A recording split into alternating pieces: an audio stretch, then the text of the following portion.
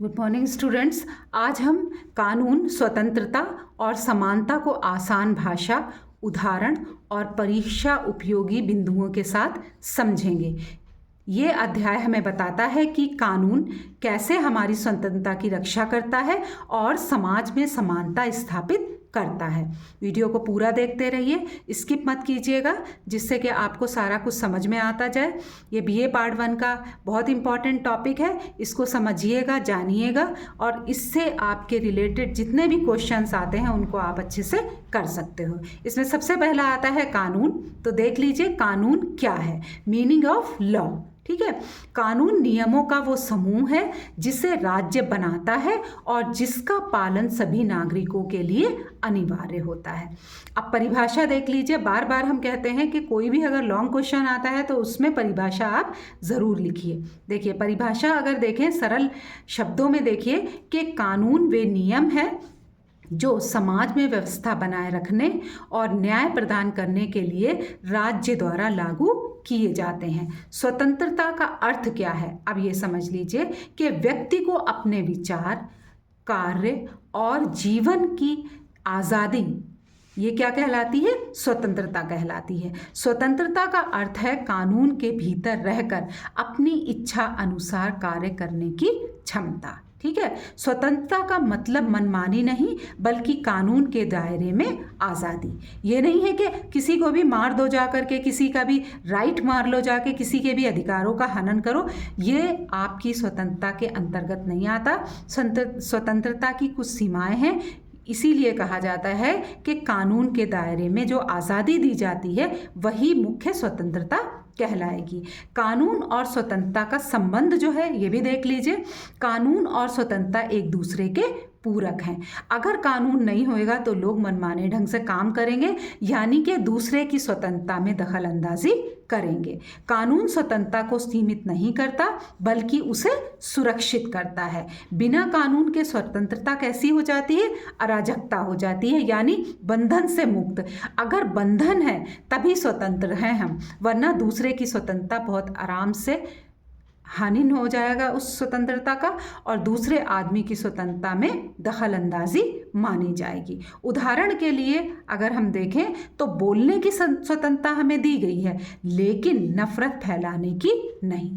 एक बार और ध्यान से सुन लीजिए कि स्वतंत्र हम हैं बोलने के लिए, लेकिन नफरत फैलाने के लिए नहीं। फिर आता है आपका समानता।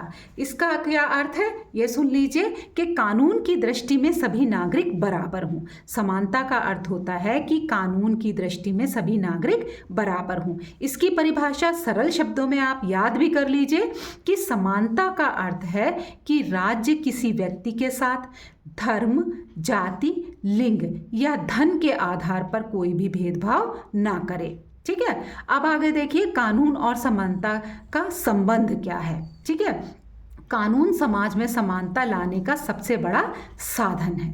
एक बार फिर से सुन लीजिए, कानून समाज में समानता लाने का सबसे बड़ा साधन है, क्योंकि सभी के लिए स्कूल बच्चे जाते हैं, सभी को शिक्षा देने का अधिकार, सभी को पढ़ने का अधिकार समान रूप से दिया गया है। तो इस प्रकार से सभी बच्चे कानून की दृष्टि में समान हुए। तो क्या कहा जाएगा कि कानून समाज में समानता लाने का बड़ा साधन है। सभी नागरिक कानून के सामने समान हैं। अपराध और दंड सभी के लिए एक समान है। ये नहीं कि एक कोई बहुत पैसे वाला आदमी है तो उसने अपराध किया है तो उसको दंड अलग मिलेगा, और कोई गरीब आदमी है उसने अगर वही क्राइम किया है तो उसको दंड अलग मिलेगा। इसका मतलब ये हो गया कि अपराध और दंड सभी के लिए समान है।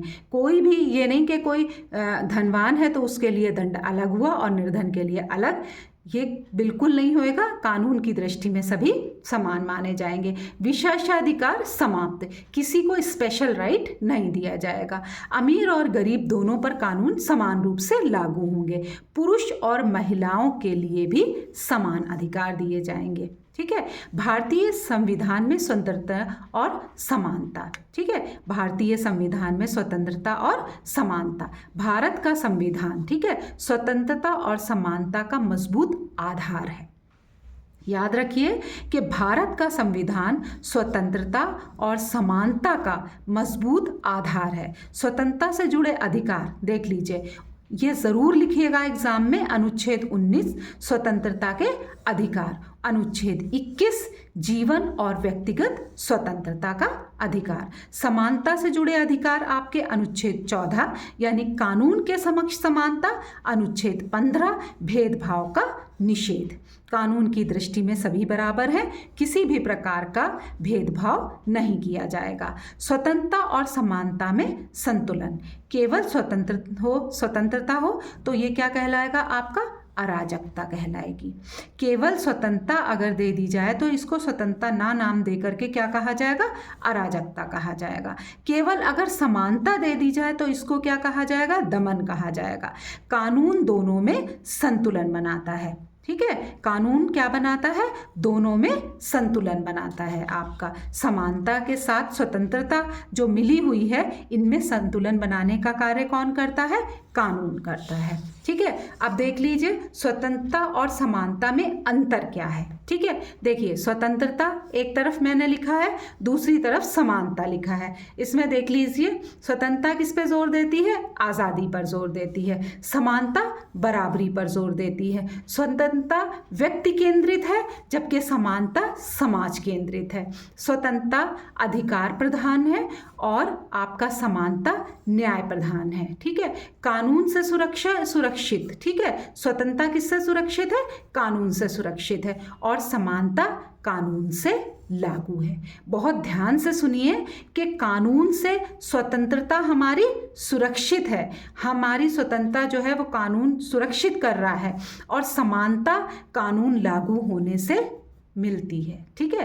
कानून अगर लागू होता है तो समानता मिलती है, और कानून से सुरक्षित हमारी स्वतंत्रता होती है। स्वतंत्रता और समानता में संतुलन क्या है, ये भी देख लीजिए। केवल स्वतंत्रता को अराजकता कहेंगे, केवल समानता को दमन, ये हम आपको बता भी चुके हैं। तो स्वतंत्रता और समानता में जो अंतर है वो भी आपको हम बता चुके हैं। अब इसके बाद में आप लोग ये देखिए कि कानून की इसमें भूमिका क्या होती है, रूल ऑफ लॉ, यानी कानून की इसमें भूमिका क्या है कि स्वतंत्रता से रक्षा, ठीक है, समानता की स्थापना, फिर न्याय प्रदान करना, शक्ति पर नियंत्रण, लोकतंत्र को मजबूत करना। समझ में सभी को उम्मीद करते हैं आ गया होगा कि कानून की भूमिका हमारी समानता और स्वतंत्रता में क्या है। एक बार फिर से देख लीजिए, स्वतंत्रता की रक्षा, समानता की स्थापना, न्याय प्रदान करना, शक्ति पर नियंत्रण और लोकतंत्र को मजबूत बनाना। अंत में हम कह सकते हैं कि कानून के बिना ना स्वतंत्रता सुरक्षित है, ना समानता संभव है। कानून ही वो माध्यम है जो स्वतंत्रता और समानता को वास्तविक रूप देता है, ठीक है। अब आपको थोड़ा सा बता दे रहे हैं कि आप एग्ज़ाम में क्या करें। एक तो ये एग्ज़ाम के पॉइंट ऑफ व्यू से ये चैप्टर आपका बहुत इम्पॉर्टेंट है। इसमें आप परिभाषा को ज़रूर लिखिए, अनुच्छेद को ज़रूर जोड़िए। उदाहरण के लिए आप जो है वो अनुच्छेद लिखिए, और अगर किसी देश का नाम लिखना चाहते हैं तो उसको भी लिखिए। और अगर कहीं अंतर आता है प्रश्न में आपके क्या आता है, अगर अंतर आता है, जैसे सरकार में आपका अंतर आ गया, सरकार राज्य में अंतर आ गया, या फिर स्वतंत्रता समानता में अंतर आ गया, तो आप एक सारणी बना करके, एक तालिका बना करके स्वतंत्रता और समानता के अंतर को समझाएं एग्ज़ाम में अपने। ज़रूर हमें फॉलो करते रहिए, देखते रहिए, वीडियो को बिल्कुल स्किप मत करिए। कुछ भी समझ में नहीं आता है आपको तो कमेंट में पूछिए, मैं आपको ज़रूर उत्तर दूंगी। Thank you.